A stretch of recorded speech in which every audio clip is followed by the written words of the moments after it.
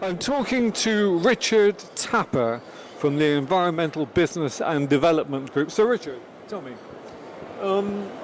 what does the Environmental Business and Development Group do exactly?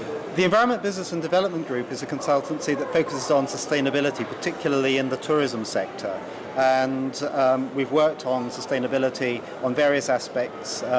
For example, looking in supply chains, working with tour operators to try and identify how they can work well with their suppliers to improve sustainability at all parts of the supply chain. But more recently, we've been doing a lot of work on tourism, wildlife and conservation.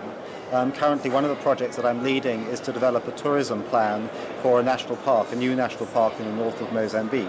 And clearly, making sure there's a good balance in this park between tourism and the conservation aspects is absolutely vital for its long-term success. So we've been talking about climate change today, as far as it affects tourism, and clearly it doesn't operate in a vacuum. The sustainability involves climate change, but it involves a lot of other things as well, doesn't it?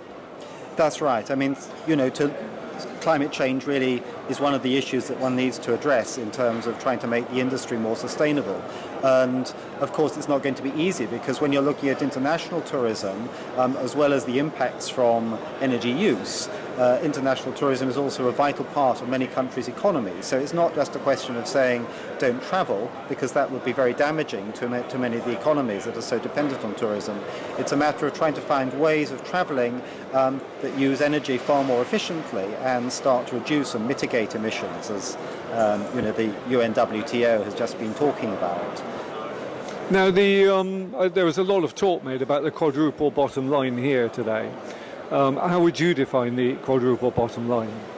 Well, I'm not too bothered really about definitions. I think the key thing is that we need to try and make sure that our actions are compatible with long-term environmental protection, including protection of the climate, but also with social development in countries, and are also economically viable. So I'm not too bothered about whether it's a triple bottom line or a quadruple bottom line, or how many different bits to the bottom line are. What I am bothered about is seeing real implementation and real improvements in terms of climate change. Of course, that translates into reductions in emissions of carbon dioxide, absolute reductions rather than relative reductions. Yes, and of course, at the end of the day, it's down to us, isn't it?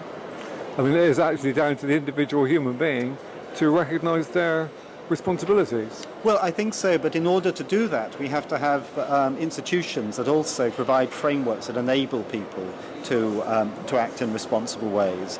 If you're living in a house somewhere, you can turn on the energy supply or electricity or your gas, or you can buy gas in cylinders, and you can choose to use that more or less efficiently.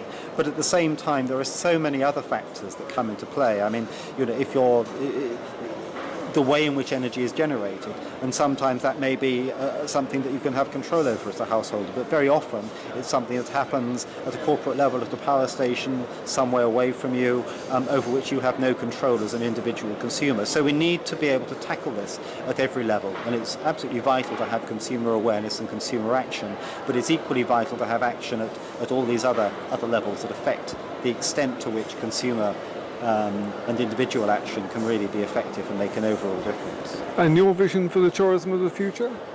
My vision for the tourism of the future is excellent quality tourism that really gives people the opportunity to see conservation alongside other things that people like to do. I'd like to see some more mixed activities, where people go and enjoy the beach, but they also go and see conservation. I'd like to see people perhaps paying more for their holidays, not necessarily going away quite so often, but expecting a far better experience and getting it.